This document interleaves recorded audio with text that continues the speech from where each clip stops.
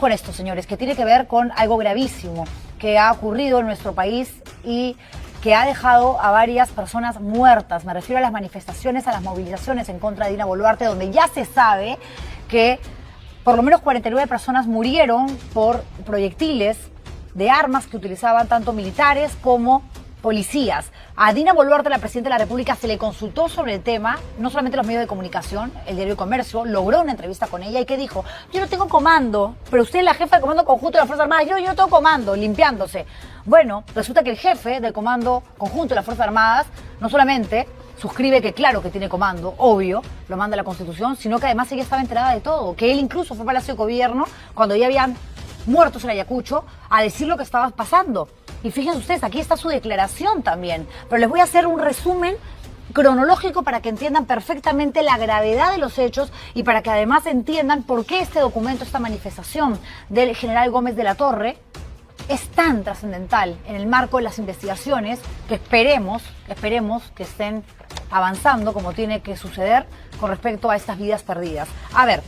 El 13 de junio, el fiscal Wilber Salazar Sánchez, del área especializada de enriquecimiento ilícito y denuncias constitucionales de la Fiscalía de la Nación, le toma declaración al jefe del Comando Conjunto de las Fuerzas Armadas, al general del Ejército Manuel Gómez de la Torre. El testimonio de este general era importantísimo. El primer ministro Alberto Tarola, en su declaración en Fiscalía el 16 de febrero pasado, antes de que vaya Gómez de la Torre, dijo que los planes operativos correspondían al jefe del Comando Conjunto de las Fuerzas Armadas. En la declaración de Alberto Tarola, que publicó este programa en exclusiva, dice: debo señalar que en la parte operativa no brindé ninguna instrucción porque no corresponde a las funciones del ministro de Defensa. Él había sido ministro de Defensa y aquí fuimos los primeros en alzar la voz a decir: pero ¿cómo lo premian? Por más de que no se haya enterado, por responsabilidad activa, por haber dado una indicación o por omisión, no puede el exministro de Defensa recibir el premio mayor de llegar a la presidencia del Consejo de Ministros. Pero eso es lo que hizo la presidenta de la República, Dina Boluarte. Venga, Otaro, no le importan los muertos. Tenga usted el premiarato. Bravo, que vengan las palmas, prensa incluida, en fin. Dice: debo señalar que dichas instrucciones y directrices correspondían ser impartidas por el jefe del Comando Conjunto en apoyo a la Policía Nacional. Responde Otárola. La presidenta Dina Boluarte, el 6 de junio, una semana antes de que brinde sus declaraciones también en el Ministerio Público Gómez de la Torre, dijo que la presidenta de ninguna manera tomó contacto con las Fuerzas Armadas o la Policía Nacional para los planes operativos. De ninguna manera, dijo. Debo precisar que las funciones como jefa suprema de las Fuerzas Armadas y Policía Nacional las ejerzo conforme a la Ley Orgánica del Poder Ejecutivo. Otárola también dijo en su declaración que le envió un WhatsApp a Gómez de la Torre diciéndole que la prioridad es la vida de las personas. ¿Ok? Pero cuando le preguntan a Gómez de la Torre sobre algún mensaje o directiva de Alberto Otárola, no hace ninguna alusión al WhatsApp. ¿Conoce usted o sabe de algunas directivas, disposiciones y o lineamientos que haya emitido Luis Alberto Otárola Peñaranda en su condición de exministro de Defensa y actual presidente del Consejo de Ministros para el control de conflictos sociales en las diferentes regiones del país, tanto a la Policía Nacional de Perú como a las Fuerzas Armadas? Que sí, era el ministro de Defensa, que también es parte del Decreto Supremo 143. Lo dice Gómez de la Torre. Ojo. Y luego, en la pregunta 27, se le pregunta al general si las Fuerzas Armadas emplean fusiles Galil, como el que se emplearon el 15 de diciembre, día en que murieron 10 personas en Ayacucho por las protestas. Y Gómez de la Torre dice que sí usan ese tipo de armamento, pero dice que también lo emplean los senderistas. Y es verdad. En la pregunta 30 le consultan si acudió a Palacio el 17 de diciembre, 2 días después de la violenta represión en Ayacucho. Y él dice que sí, que fue para darle cuenta a la señora presidenta cómo se desenvolvían las acciones militares en apoyo a la Policía Nacional. Ya se habían registrado muertos en Ayacucho. ¿Se pudo haber evitado la muerte de los de Puno? Claro que sí.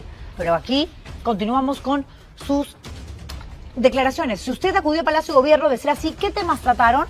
Dijo: sí, acudí a Palacio como parte del equipo de ministro de Defensa, el quien habla y 2 oficiales de mi Estado Mayor para darle cuenta a la señora presidenta cómo se desenvolvían las acciones militares en apoyo a la Policía Nacional. Y aquí está en el registro de visitas de Palacio para que no quede ninguna duda, ¿no? Que se consigna una reunión entre el jefe del Comando Conjunto y Gómez de la Torre el 16 de diciembre y no el 17 de ese mes. Están viendo ustedes el documento ya en pantalla completa.